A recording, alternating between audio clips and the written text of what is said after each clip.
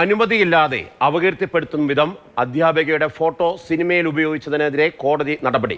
ചാലക്കുടി കാടുകുറ്റി സ്വദേശി പ്രിൻസി ഫ്രാൻസിസിന് നഷ്ടപരിഹാരം നൽകാൻ ചാലക്കുടി മുനിസിപ്പൽ കോടതി ഉത്തരവിട്ടു. 1 ലക്ഷം രൂപയും കോടതി ചെലവിനത്തിൽ 1,68,000 രൂപയും നഷ്ടപരിഹാരമായി സിനിമയുടെ നിർമ്മാതാവും സംവിധായകനും നൽകണം. മോഹൻലാൽ നായകനായ ഒപ്പം സിനിമയിലാണ് അധ്യാപികയുടെ ഫോട്ടോ അനുമതിയില്ലാതെ പ്രദർശിപ്പിച്ചത്. 2016 സെപ്റ്റംബർ 8 ഒപ്പം സിനിമ തിയേറ്ററുകളിലെത്തുന്നു. ഓണക്കാലമായതിനാൽ ചാലക്കുടി സ്വദേശി പ്രിൻസി ഫ്രാൻസിസും കുടുംബവും സിനിമ കാണാൻ തിയേറ്ററിൽ പോയി.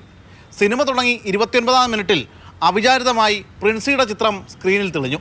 ആ ഫിലിം കണ്ടുകൊണ്ടിരിക്കുന്നതിൻ്റെ ഇടയിൽ തന്നെ എൻ്റെ പാസ്പോർട്ട് സൈസ് ഫോട്ടോ ഞാൻ തന്നെ ആ സ്ക്രീനിൽ കാണാണ്. കൂടെയുള്ള കുട്ടികളും ഹസ്ബൻഡും എല്ലാവരും പെട്ടെന്ന് അതിശയിച്ചു പോയി. ഇതെന്താണ് ഫോട്ടോ ഇങ്ങനെ വന്നത് എന്നുള്ളൊരു അതിശയവും ഒരു ഷോക്കൊക്കെ ആയിരുന്നു. അനുമതിയില്ലാതെ തൻ്റെ ഫോട്ടോ സിനിമയിൽ ചിത്രീകരിച്ച് അപകീർത്തിപ്പെടുത്തിയതിനെതിരെ പ്രിൻസി നിയമ നടപടിക്ക് പോയി. സിനിമയുടെ നിർമ്മാതാവ് ആന്റണി പെരുമ്പാവൂരിന് നോട്ടീസും അയച്ചു. ഒരു മറുപടിയും ഉണ്ടായില്ല. ഒരു സ്ത്രീ എന്നുള്ള രീതിയിൽ നമ്മുടെ ഫോട്ടോ വന്നിട്ടും നമ്മുടെ നാട്ടിലൊന്നും ചെയ്യാനില്ല എന്നുള്ളൊരു വസ്തുതയാണ് നമ്മളോട് തെളിഞ്ഞത്. അപ്പോൾ നമുക്ക് ചെയ്യാൻ പറ്റുന്ന ഒരേ ഒരു കാര്യം ഡിഫെയിമിന് കേസ് കൊടുക്കുക എന്നുള്ളതായിരുന്നു. അത് നമ്മൾ ചെയ്തു. അധ്യാപിക കൂടിയായ പ്രിൻസിയുടെ നിയമ പോരാട്ടത്തിന് 8 വർഷക്കാലം വേണ്ടി വന്നു അനുകൂലമായ വിധി സമ്പാദിച്ചെടുക്കാൻ. നമ്മൾ കേസ് ആദ്യം ഹൈക്കോടതിയിൽ തന്നെയാണ് പോയത്. പിന്നീട് വിധി വന്നു.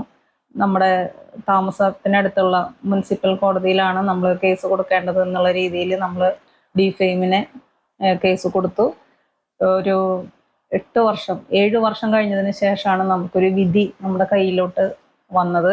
1 ലക്ഷം രൂപ കോമ്പൻസേഷനും 1,68,000 രൂപ ചെലവുകൾക്കും കോടതി ചെലവുകൾക്കുമായിട്ട് നമുക്കിപ്പോൾ വിധി വന്നിരിക്കുകയാണ്.